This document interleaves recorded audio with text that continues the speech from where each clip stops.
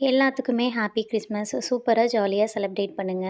மாலை போடுறதுக்கெல்லாம் முன்னாடி இந்த ஹஸ்பண்ட கரெக்ட்டா ஆன் டைம் 9 மணிக்குள்ள காலையில பிரேக்ஃபாஸ்ட்டு, லஞ்ச்சு எல்லாமே ரெடி பண்ணி ஆஃபீஸ்க்கு சென்ட் பண்ணிருவேன். மிஞ்சி போனா 9:10லேருந்து 9:15 அந்த டைமிங் தான் லேட் ஆனாலுமே. ஆனா, அதுக்குள்ள நான் முடிச்சுருவேன். ஆனா, இப்ப அவங்க மார்னிங் சாப்பிட்டு போறது கிடையாது. அவங்க போனதுக்கப்புறமா தான் எனக்கும் பாப்பாவுக்குமே பிரேக்ஃபாஸ்ட்டே ரெடி பண்றேன்.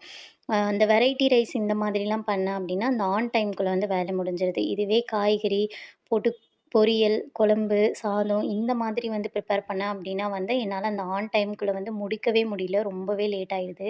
இனிமேலாவது இந்த முன்னாடி நாளே காய்கறி எல்லாம் கொஞ்சம் கட் பண்ணி வச்சுட்டோம் அப்டின்னா, கொஞ்சம் ஈஸியா இருக்கும் அப்டின்னு நெனைக்கிறேன். இன்னைக்கு லஞ்சுக்கு ஒரே அவரக்கா குருமா தான் எங்க வீட்ல.